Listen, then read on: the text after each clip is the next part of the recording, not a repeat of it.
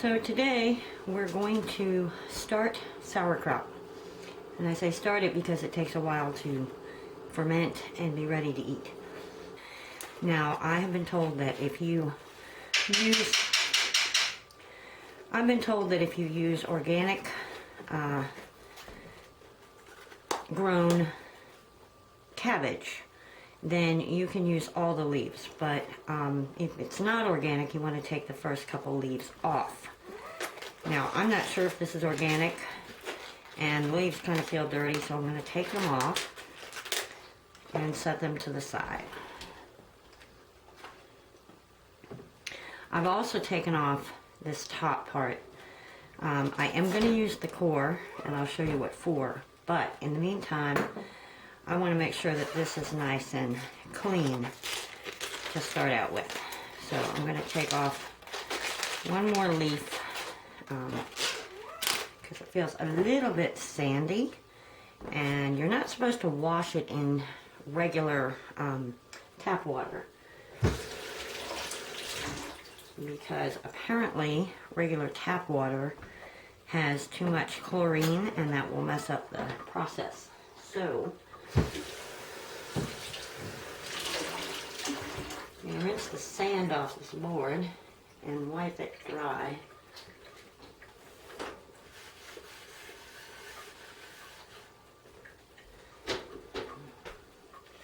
Actually, I'm just going to turn it over on the back and work with that. So, don't ask me why I did that. I just got a feeling. So now what I want to do is cut this in half, and it's going to be kind of tough because cabbage is hard to cut.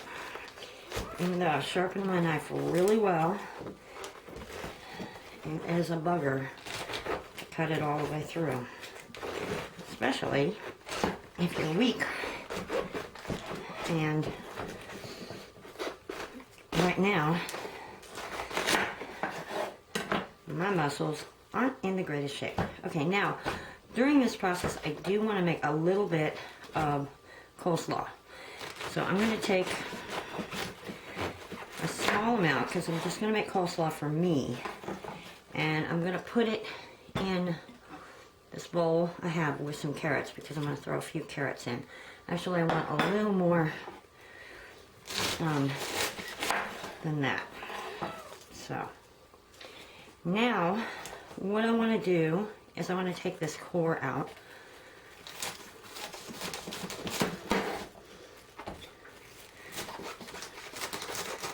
I'm going to set it to the side because I am going to use that, but it needs more attention. It needs more chopping and grating. So I think what I'll do is just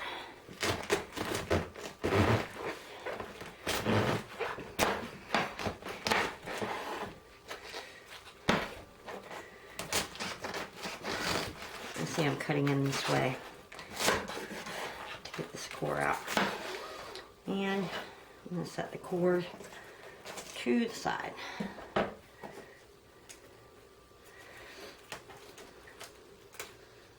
In a bowl. On a plate. Something.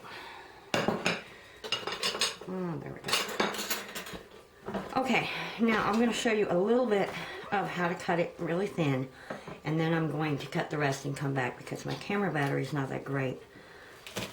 So I'm just cutting it thinly sliced. The thicker you make it, I've heard that it takes longer to pickle or to ferment, which is what we're looking for. So now I'm going to turn this and just keep turning it to make it easier. Okay, you probably can't hear me.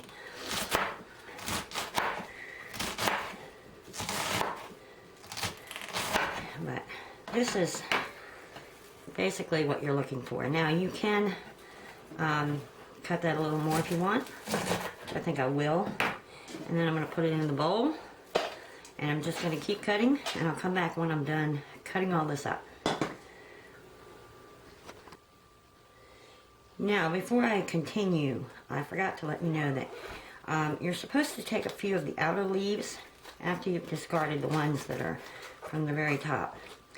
And you're going to use those later for the top of the mixture to keep it kind of covered so that the brine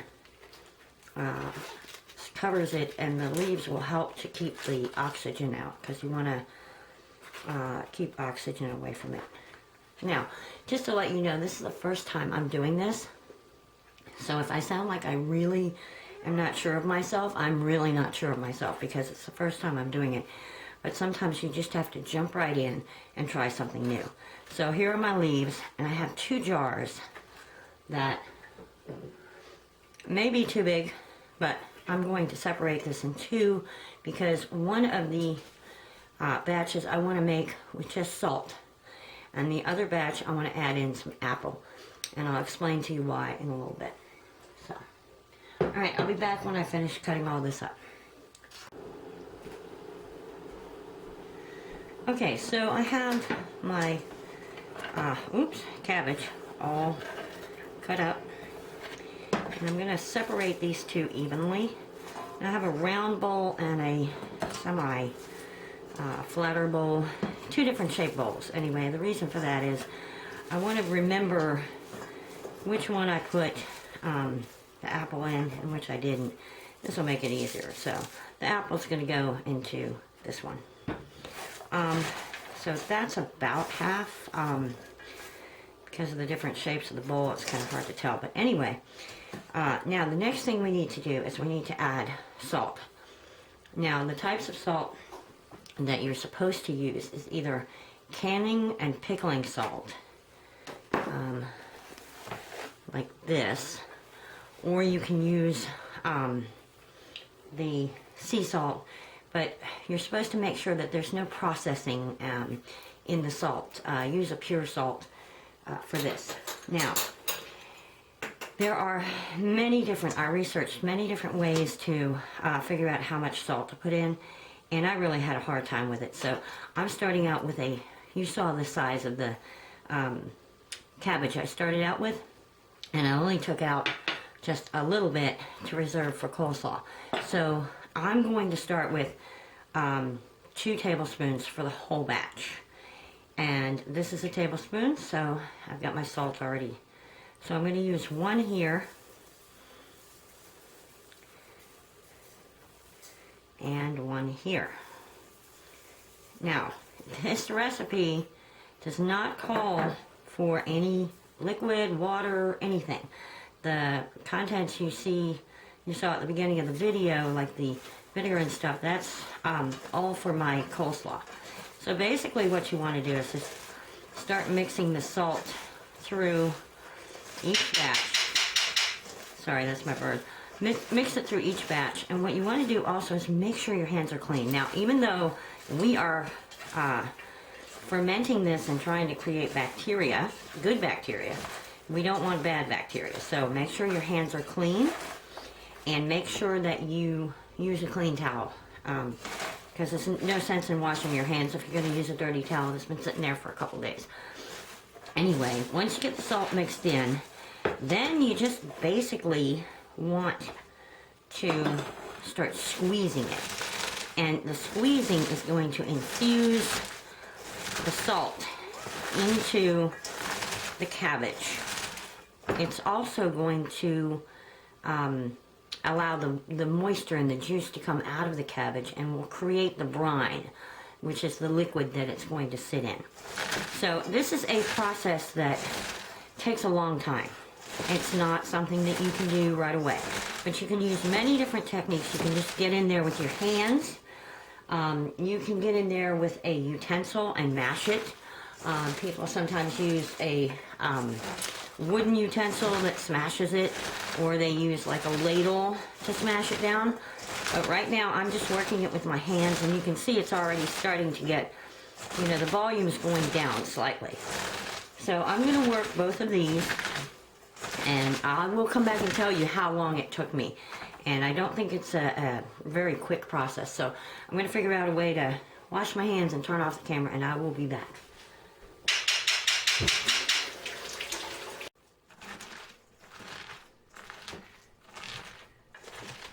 So here I just wanted to show you some footage of just scrunching the cabbage and allowing the salt to infuse with it to create the brine.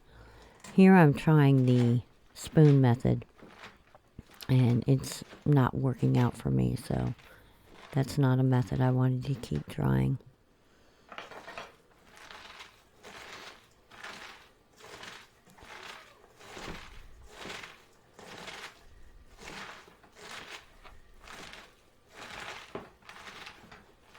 So here I just wanted to show you the difference between starting out what it looks like and how it looks as you start squeezing it. This is probably about 5-6 minutes into the process of actual squeezing. Here I'm going to show you how the liquid is starting to come out, how the brine is being created. And rather than talk through this, I'm just going to let you watch the process.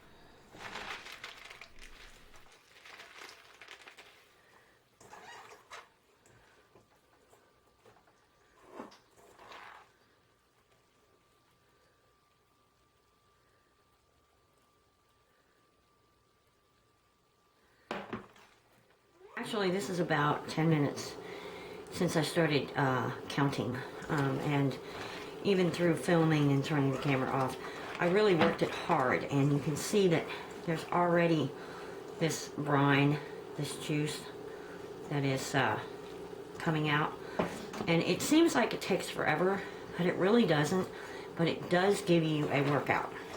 This will work out your muscles in your arms. Now, every once in a while I find one like this. It's really tough, and I can feel it's really thick and tough, and I've been actually taking those out and putting them to the side with the core, because the core is going to get chopped up, and I want some of these to, you know, I don't want too many big pieces in here, but I'll leave some. So basically I'm pretty happy with this. I want to set this to the side and start working on the other one. This is what it looked like to begin with just the salt on it, and this is what it looks like after you work it. And you've got some, you know, you can see the juice squeezing out easily. So I'm going to start working this one, and then actually I probably took too much out of this. It's probably going to be a smaller batch, but which is fine, because I want the apple one to be a little bit smaller, because I know the flavor may change a little bit, but the reason for putting the apple in is because probiotics need something to feed on, and that is prebiotics. Anything that is prebiotic is something that facilitates probiotics. It helps them gives them energy so the probiotics can multiply. And apples are one of the things, fruits and vegetables are prebiotics, and a lot of vegetables will help the probiotics along to generate enough probiotics in your stomach and your gut to make digestion much better. So anyway, I'm going to work this one for about 10 minutes, and then I'm going to come back. But this batch is pretty much ready to put in the jar, and I'll show you that in a minute. But this is the simplest form. It's just nothing but salt and cabbage, and this one is going to be salt, cabbage, part of the core, and a little bit of apple. So I'll be back. Okay, so now I told you that this is my first time making this. So, and I'm learning as I go along. And I'm realizing that the containers I have for storing is going to be, I'm realizing the containers I have for storing is going to be way too big. So what I want to do is I'm going to go ahead and combine the two and make one batch. And I'm just going to try it with the core and I'm also going to try it with a little bit of apple. Maybe not as much as I heard about. And I will tell you, my knowledge is a combination of watching several YouTube videos. So don't go by me as the authority on making sauerkraut. Use me as showing that nothing goes the way you planned, and you're always going to learn something your first couple times around. So now that I've got this the way I want it, what I saw was somebody suggested that you put the core and the apple in so that it becomes, so it can be used as a probiotic or a prebiotic. But she put her mixture in the jar before putting in the other stuff and then kind of mixed it around. I'm going to mix it all within and see what happens. So, right now I'm going to put this to the side, and I put it all in one bowl, and I'm going to cut my apple. Now, I will put a link to the woman that I got this idea of putting the apple in from, but she used the peel, and I don't know if this apple is organically grown, so I'm going to take the peel off because I don't know if it's got insecticides in it, and I figure adding the apple is a bonus. So if I leave out the skin, it's not going to be too major. But of course, you know, you do you. If you want to put the skin in, go check out her video, and you're welcome to do it her way or my way, or you may have a different way. So, and I'm just babbling, just kind of trying to get the time away. Okay, now I'm going to chop this up, and my birdie's going to help me. So I'm going to put this in my little choppy thing, and I'm not really worried too much about it. I'm going to use this for chopping up my carrots for my coleslaw, but I'm not too worried about having the leftovers of this apple in there. I'm going to cut this up as much as I can, and I'm taking out some of the pieces as I go. I think I told you that. Also, I tasted it. And just a little taste, and it is really salty. So I think a tablespoon, 2 tablespoons for a full head of cabbage is a good mixture. And so I'm going to finish putting this together. I'm going to take this part off. It's a really big part. I don't think we really need that. But I'm going to chop as much of this as I can, because I don't want to break my cute little choppy thing, blender, whatever you want to call it, mini chopper.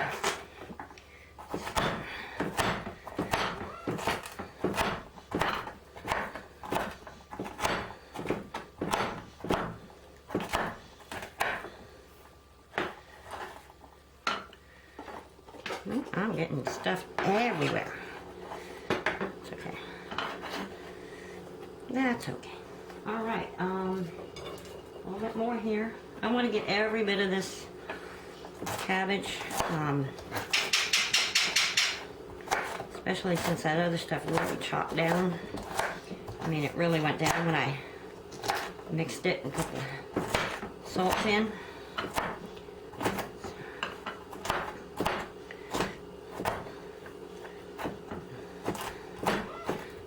Probably should move that, but okay. Alright, here we go. Now I'm going to turn the camera off because this is going to be loud, and I'll be back once I chop it. I did not add any salt to this, but this is basically how small I chopped it. And I did add about a half a cup 4 ounces of distilled water. They say if you want to add some water, make sure that you add water that doesn't have any chlorine in it. So, alright, I'm getting a whiff of something. Anyway, I did not add any salt to this. I just chopped it up with the apple. And maybe the smell I'm smelling is a little bit of apple in there. But I'm going to mix this throughout the whole mixture rather than just place it on top. The video I watched, she did not give any reason why she didn't mix it in with the rest or why she put it on top. But one of the things she had planned to do, which I plan to do too, is take off, every once in a while, take off a couple tablespoons, like every morning, of the brine and actually drink it for, you know, to get more probiotics. Anyway, alright, so that's mixed, and you can see there's lots and lots of juice in there, brine, so we're ready to go. So I'm going to go ahead and clean this up just a bit. Set this to the side. And this is all going to go into the compost. And actually, I might keep that spoon. Whoa. Okay.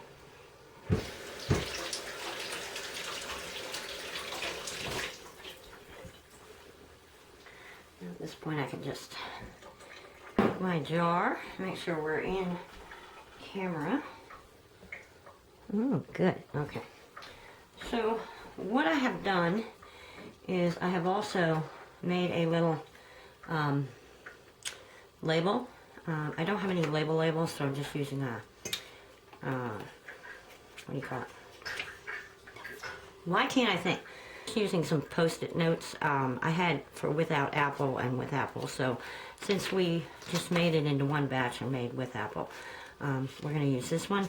I've also made sure that I have a little book and I'm writing. So I'm going to carefully put this in the mixture in the jar, and moment of truth, we're going to find out just if the jar is way too big or not. If the camera battery dies and it stops, I'll come back and show you when I'm done. But hopefully we can get this done before the battery dies on me, which I fully charged. So, if you have pity on me, feel free to send me a new battery or a donation. I'm just kidding. Anyway, so we're just going to pour this juice in on top. This is like gold. We want all of this. You know, if you're doing this for probiotics, you don't want to any of this go. So, okay, that is in there good. Now what we need to do is we need to mash it down so that everything is under the brine.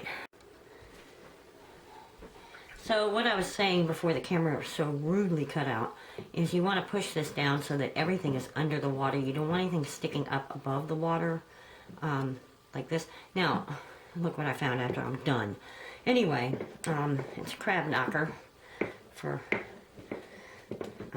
cracking crab claws, but anything you can find that's a eating utensil that works helps mash this down. That's what you need. You want it way under the water. Now, here is the reason we saved the leaves.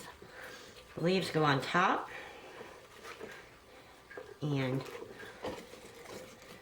they get pushed down. And even if these leaves are not completely covered, the leaves here are the main thing that's keeping the rest of the mix from being exposed to the air. So you just want to use these leaves as a topper and use something to push it down. Anything you can find. A lot of people will put some kind of weight on top of this, but I'm looking from the side and it seems like everything is pretty much under the brine and I don't have anything square. So I'm just going to really push this down. And then when you put the lid on, what you're going to have to do is leave it a little bit loose. And I'm going to use some plastic. So I decided to go with some wax paper, or parchment paper actually it is. And I'm just going to close this slightly, but not too tight, because I'm going to have to come back and burp this. There's going to be some action here of fermentation, and so you'll have to burp it daily, or you don't want it to like puff up and explode.